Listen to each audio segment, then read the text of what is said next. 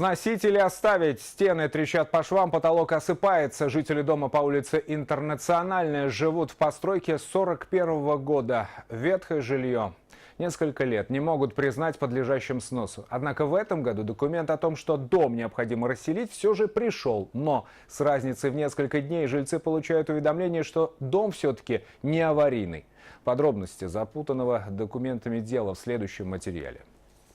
Хотели сделать ремонт, но здесь все летит. Вот, ни к чему притронуться нельзя, летят камни. Словно хрустальный, этот дом готов рассыпаться прямо на глазах.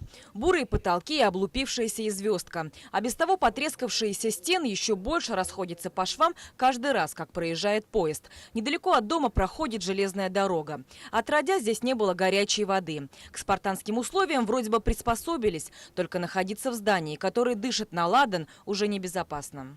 Никакого здесь ремонта не было.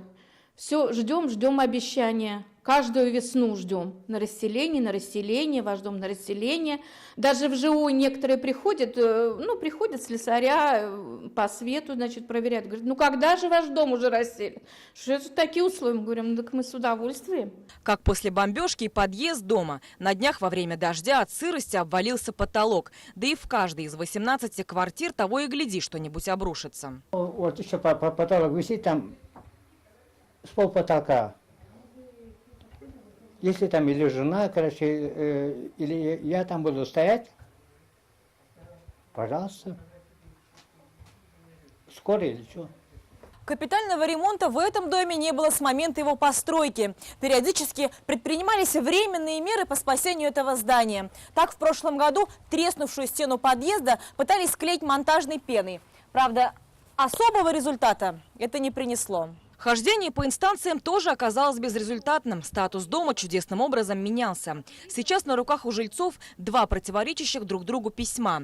Дом не аварийный, расселению не подлежит, гласит документ администрации Калининского района. Постановлением от 2015 года здание подлежит сносу. Через 3 дня, отвечают жильцам сотрудники комитета по жилищному надзору. Мы считаем, что это с администрацией города и с администрацией района это просто отписки. Оказывается, мы признаны аварийными, но мы об этом ничего не знаем, никто к нам не подходил, никто к нам не обращался с этим вопросом. Однако в администрации Калининского района утверждают, что дом все же не аварийный. И в письме от жилищного комитета республики, скорее всего, ошибка. А вот в список на проведение капремонта постройка 41-го года попала. Только жильцы, запутавшись в этих письмах, отказались от него, надеясь, что они скоро сменят адрес, переехав на новую жилплощадь. Жителям, все-таки, я думаю, стоит окончательно уже вынести свое решение, действительно они отказываются от капитального ремонта своего дома, либо же все-таки, учитывая нынешнее состояние дома, все-таки принимать решение